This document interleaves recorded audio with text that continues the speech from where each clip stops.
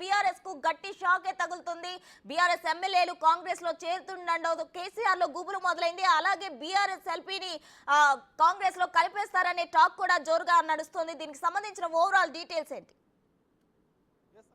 BRS ఎల్పీని July మొదటి వారం లోపే విలీనం చేసేందుకు ఇప్పటికే ప్రణాళికలంతా కూడా రచించారంటగా మనకు సమాచారం అందుతుంది. ఇప్పటికే బీఆర్ఎస్ చెందినటువంటి 39 మంది ఎమ్మెల్యేలు 34కి సంఖ్య పడిపోయింది. ఎందుకంటే చూసాం మనము గ్రేటర్ హైదరాబాద్ నుంచి ఖైరతాబాద్ ఎమ్మెల్యేగా గెలిచినటువంటి దానం నాగేందర్ కాంగ్రెస్ గుట్టుకొచ్చారు. కంటోన్మెంట్ సిట్టింగ్ స్థానం కూడా బీఆర్ఎస్ పార్టీ కోల్పోయింది. స్టేషన్ గన్పూర్ నుంచి కూడా కడియం శ్రీహరి చాలా సీనియర్ నాయకుడు తను కూడా కాంగ్రెస్ గుట్టుకొచ్చారు. అదేవిధంగా భద్రాచలం నుంచి గెలిచినటువంటి తెల్లం వెంకట్రావు కూడా బీఆర్ఎస్ పార్టీకి రాజీనామా చేశారు, కాంగ్రెస్ వైపు వచ్చారు. సో ఇక చూసుకుంటే రీసెంట్గా 3 రోజుల క్రితం చాలా సీనియర్ నాయకుడు పార్టీలో పోచారం శ్రీనివాసరెడ్డి బాన్సువాడ ఎమ్మెల్యేగా ఉన్నటువంటి పోచారం శ్రీనివాసరెడ్డి కూడా సీఎం రేవంత్ రెడ్డి సమక్షంలో కాంగ్రెస్ గుట్టుకొచ్చారు. సో ఇక రానున్న రోజులలో మిగతా గ్రేటర్ హైదరాబాద్ చెందినటువంటి ఎమ్మెల్యేలందరూ కూడా వచ్చేందుకు సిద్ధమైనట్టుగా కూడా మనకైతే సమాచారం ఉంటుంది. ఈ రోజు లేదా రేపు అంటే ఈ వారంలోపే గ్రేటర్ హైదరాబాద్ చెందినటువంటి అంటే ఎల్బీ నగర్ నుంచి సుధీర్ రెడ్డి, అదేవిధంగా అంబర్పేట నుంచి కాలేరి వెంకటేష్, ఉప్పల్ నుంచి బండారు లక్ష్మారెడ్డి, కూకట్పల్లి నుంచి మాధవరం కృష్ణారావు, రాజేందర్ నగర్ నుంచి అరకపూడి గాంధీ, పటాన్చెరు నుంచి గూడెం మైపాల్ రెడ్డి వీళ్ళంతా కూడా బీఆర్ఎస్ చెందినటువంటి ఎమ్మెల్యేలు. వీరు రేపో మాపో ఈ వారంలోనే ఖచ్చితంగా కాంగ్రెస్ గుట్టుకు వచ్చేందుకు సిద్ధంగా ఉన్నట్టుగా కూడా తెలుస్తుంది. కాంగ్రెస్ పార్టీలో ఉన్నటువంటి ఒక సీనియర్ నాయకుడు వీరితో మంతనాలు జరుపుతున్నారు. ముహూర్తం కూడా దాదాపుగా ఖరారైంది. అదే ఎప్పుడు చేరిక అనేది కూడా క్లారిటీ రావాల్సింది. నేరుగా ఢిల్లీ వెళ్ళి రాహుల్ గాంధీ సమక్షంలో కాంగ్రెస్ గుట్టులో చేరతారా, లేదంటే ఇక్కడే మన రాష్ట్రంలోనే సీఎం రేవంత్ రెడ్డి సమక్షంలో, అదేవిధంగా తెలంగాణ రాష్ట్ర కాంగ్రెస్ పార్టీ వ్యవహారాల ఇన్ఛార్జి దీపదాస్ మున్సి సమక్షంలో కాంగ్రెస్ పార్టీలో చేరతారనేది కూడా ఈ 2-3 రోజుల్లోనే ఒక క్లారిటీ వచ్చే అవకాశం కనిపిస్తుంది. అదేవిధంగా ఉమ్మడి మెదక్ జిల్లా నుంచి 5గురు బీఆర్ఎస్ చెందినటువంటి ఎమ్మెల్యేలు వీళ్ళందరూ కూడా హరీష్ రావుకి అత్యంత సన్నిహితులు.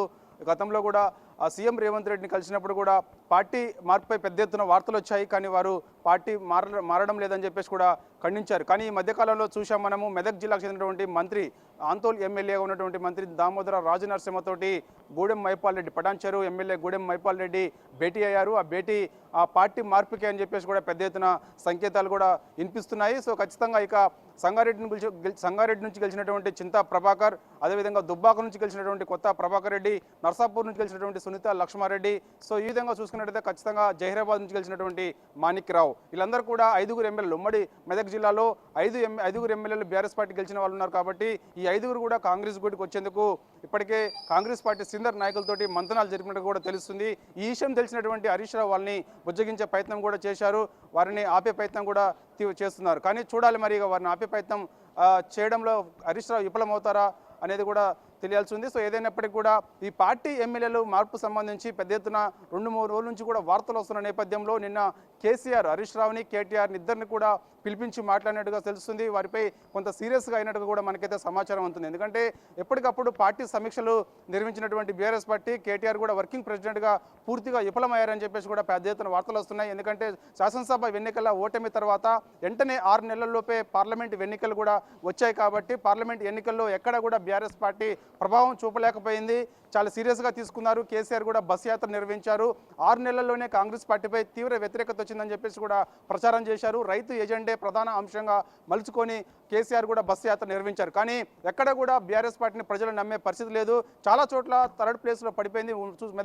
మెదక్లో ఖచ్చితంగా గెలుస్తామని చెప్పినటువంటి సీట్ ఏదైతే ఉందో ఆ స్థానం కూడా 3వ ప్లేస్కి పడిపోయింది బీఆర్ఎస్ పార్టీ. సో దీన్ని బట్టి చూస్తే చెప్పవచ్చు ఇక దాదాపుగా బీఆర్ఎస్ పార్టీ రాష్ట్రంలోనే ఉనికి కోల్పోయిందని చెప్పేసి కూడా వార్తలు వస్తున్నాయి. ఇప్పటికే చాలామంది క్యాడర్ అంతా కూడా పార్టీ మారుతున్నారు. ఎందుకంటే స్థానికంగా ఉన్నటువంటి ఎమ్మెల్యేలు మంత్రులతోటి సమక్షంలోనే వీళ్ళు బీఆర్ఎస్ పార్టీ చెందినటువంటి క్యాడర్ అంతా కూడా పార్టీ మారుతుంది. ఇక ఎమ్మెల్యేల విషయంలో కూడా మనకి ఇప్పుడే పెద్ద ఎత్తున వార్తలు వస్తున్నాయి. కాబట్టి దాదాపుగా 20 మంది ఎమ్మెల్యేలు పార్టీ మారుతారని చెప్పేసి కూడా దానం నాగేందర్ సంచలనమైన వ్యాఖ్యలు చేశారు.